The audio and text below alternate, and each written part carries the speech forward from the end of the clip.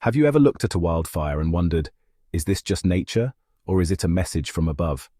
Imagine waking up one morning to a thick wall of smoke swallowing the sky, roads closed, neighborhoods evacuated, and flames climbing higher than trees, ripping through everything in sight. But this isn't California or Australia. This is southern New Jersey, a place once known for its serene woodlands and quiet communities. Now it's the epicenter of what some are calling a divine reckoning. But how did we get here? And why are some voices, both religious and political, saying that this fire isn't just a freak accident, but a sign of something far bigger? Let's take you deep into the story of the Johns Road fire, a fire that may have been sparked by carelessness, but was fed, many believe, by divine justice. It began, as many disasters do, with a small mistake. A man setting wooden pallets ablaze in the wrong place at the wrong time. He thought he had extinguished it. He walked away. But the fire had other plans. In the quiet heart of Ocean County, New Jersey, the Greenwood Forest Preserve was already a tinderbox. A dry winter had left the region parched, and the spring rains never came. The earth was cracked, the trees brittle, and the wind restless. It didn't take much, a gust, a spark, a moment, for the flames to awaken and begin their merciless advance. What started as a flicker quickly transformed into a wall of fire. The forest, dense and sprawling, offered no resistance. Within hours, over 8,500 hectares were consumed in a blaze that moved faster than emergency services could track. By dawn, it wasn't just a fire, it was a regional catastrophe. Southern New Jersey found itself under siege from an enemy it couldn't reason with. The skies turned a sickening shade of orange, thick with smoke and ash.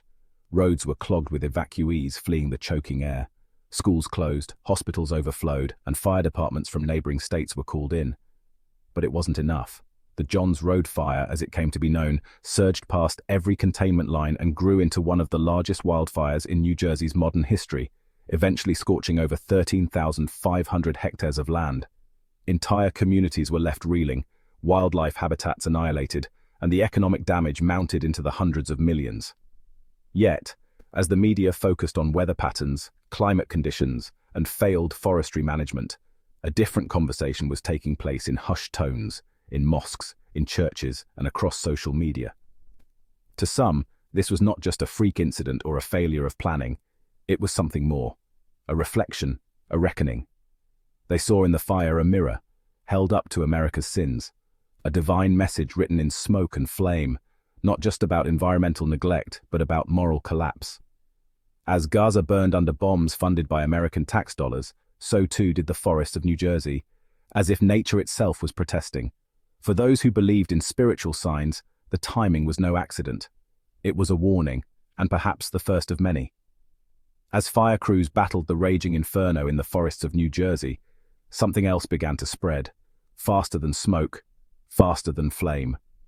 Speculation, whispers, a spiritual unease that crept through social media timelines, spilled from pulpits, and crackled through radio waves. What if this wasn't just a natural disaster? What if this was a divine message? From YouTube comment sections to Friday sermons across America, a single chilling question kept surfacing. Could this be punishment? Could this be retribution? This wasn't just another wildfire, at least not to those who looked beyond the physical. For them, it was the third, perhaps even the fourth strike in a series of warnings that had begun to emerge since the calendar flipped to 2025. First, it was California, ravaged in January by what scientists called a superfire, a blaze so vast and violent it eclipsed every previous record and cost the nation an estimated $150 billion in damage. Then came February's ice storm, an Arctic blast that turned farmlands into frozen wastelands and cities into paralyzed tombs of ice. Livestock froze in their pens, water lines cracked open like brittle bones, and entire states declared emergencies. By March, tornadoes began tearing through the heartland with a vengeance. Not dozens, but hundreds. More than 300 tornadoes touched down by mid-March alone, and by the end of April, the official count had skyrocketed to 552. The storms weren't just more frequent, they were more violent, more erratic, and increasingly, more deadly. Then, as April drew to a close, the skies above New Jersey turned orange and thick with smoke.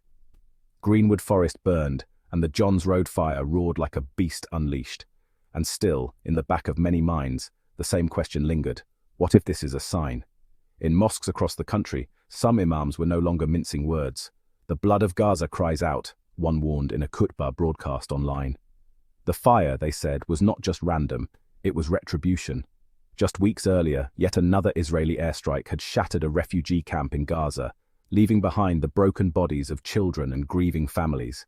The images were fresh, raw, and horrifying.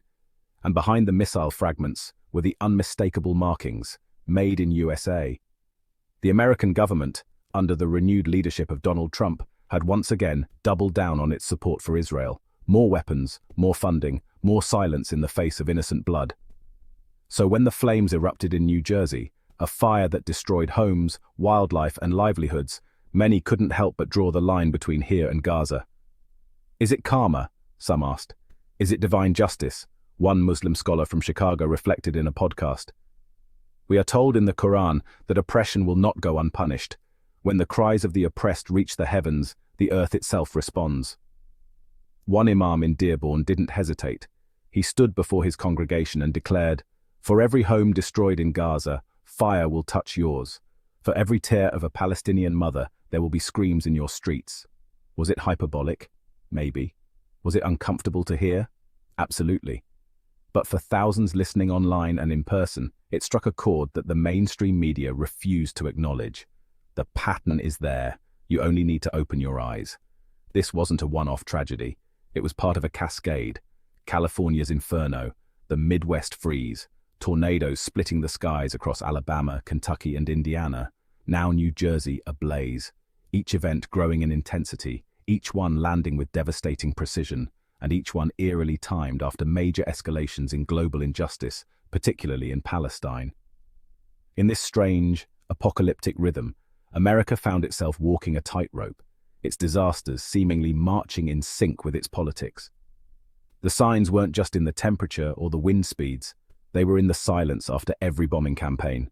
They were in the smoke trailing behind missiles sent to Tel Aviv. They were in the tears of children, whether Palestinian or American, crying for homes they'd never return to. As Greenwood forests smoldered and firefighters continued their grueling work, a deeper blaze had already ignited across the conscience of the nation. A fire of questions, of reckoning, and for many, of guilt. These aren't just isolated events anymore. They are unfolding like pages from a prophetic script, a terrifying story that no one wants to read, yet everyone is being forced to live through. For years, climate scientists have pleaded for action, warning of longer droughts, hotter summers, and storms with no precedent. Their data painted a bleak future, but most shrugged it off as alarmism. Now, with smoke choking the skies and floods drowning cities, it's no longer just scientists raising the alarm. Why this shift? Because when you trace the outlines of each catastrophe, each fire, flood, or tornado, you find a familiar shape in the center, the shape of unchecked arrogance. Arrogance in how the world's wealthiest nations dismiss climate treaties. Arrogance in how missiles are dropped on innocent children, while politicians give sanitized press statements. Arrogance in assuming that the laws of justice, moral, spiritual, and natural, can be bent forever without snapping back. America, as the world's superpower, has too often acted as if it stands outside the rules it enforces on others, as if its might makes it immune to consequence. But perhaps now that illusion is beginning to unravel. Perhaps this is what happens when arrogance reaches heaven's ceiling, when the sky can no longer hold back its fury. Because no matter how powerful a nation becomes, it cannot silence the cries of the oppressed forever. And when those cries rise high enough, maybe, just maybe, the wind, the fire, and the rain start to answer back. At the center of the storm, both political and environmental, stands one unmistakable figure: Donald Trump. His return to the presidency in 2025 marked not a shift, but an intensification of the very policies that many believe have led America to the brink. With executive orders, sweeping speeches, and a loyal base cheering him on, Trump has doubled down on fossil fuel production, slashed climate regulations, and handed unflinching support to Israel's most aggressive military actions in Gaza. He frames it all as strength, a revival of American dominance. His supporters echo the sentiment, hailing him as a man who gets things done.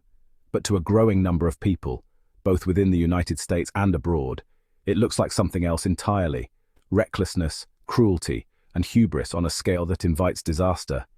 As fires rage and skies turn blood orange, critics aren't mincing words. "When Trump sends missiles to Gaza, God sends fire to his backyard," shouted one protester outside the White House as footage of the New Jersey blaze played on giant screens behind her. What once might have been dismissed as fringe commentary is now gaining traction in mainstream circles.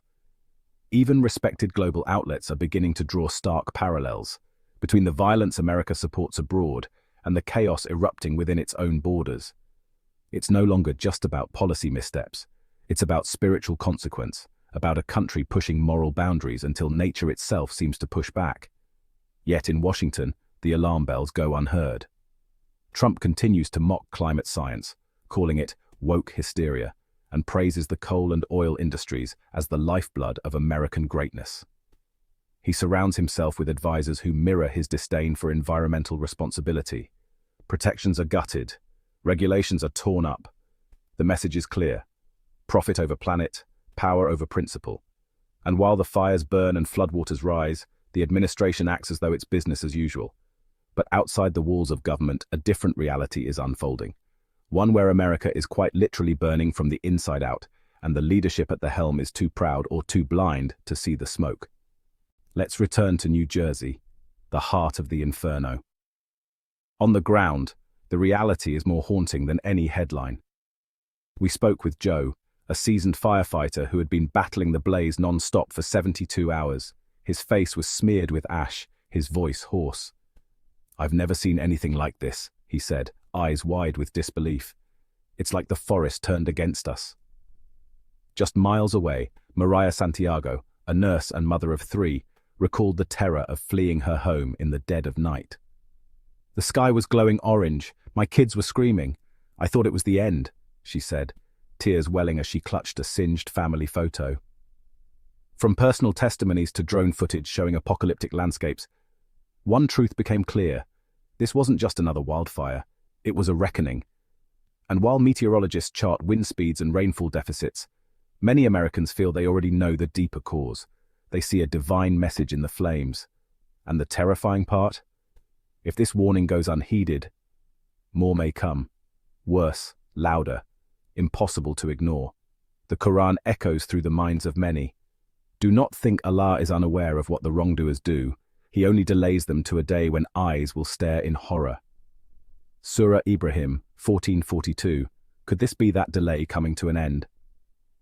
Muslim scholars aren't the only ones raising their voices. Christian pastors, Jewish rabbis, even secular philosophers are sounding the alarm. They speak of a moral rot in the core of American society, one that feeds on war abroad and greed at home. In Gaza, innocent lives vanish beneath missile strikes. In America, homes and forests are swallowed by wildfire. One act may be man-made, the other natural, or perhaps both are manifestations of a single truth. Judgment has arrived in different forms for different audiences. Let's talk facts. As of now, over 15,000 hectares have burned across New Jersey. Only 30% of the blaze is under control. Thousands remain under evacuation orders. The air across multiple counties is toxic, thick with smoke and chemicals. Federal disaster aid has yet to reach the victims. The damage, already north of $1.2 billion, and the fire is still growing. This isn't just an environmental emergency, it's a national reckoning. The Johns Road fire is a symptom. The real disease is unchecked power. It's a nation intoxicated with its own dominance, blind to the suffering it inflicts, and dismissive of the balance it disrupts. For years, America exported destruction, from oil fields to drone strikes, believing the homeland was immune. But nature has a memory. And in 2025, it seems the Earth has decided it's time for payback, one element at a time. Fire in the east, flood in the south, frost in the Midwest. America now stands at a historic crossroads. It can either ignore these signs and tumble into greater chaos, or pause, truly pause, and choose a different path. A path that values justice over power, compassion over conquest. Because no wall can keep out the wrath of the skies, no missile can stop a wildfire, and no amount of money can bribe the laws of nature or the justice of the divine. The Johns Road fire isn't just another line in the news cycle. It's a flare shot into a sky running out of space for second chances. Whether you view this as divine retribution, the result of climate collapse, or just a freak accident, one fact remains: the world is changing, fast, And unless we as a people, as a society, and as a nation change with it, we're next. Thanks for watching. Until the next script, stay alert, stay humble, and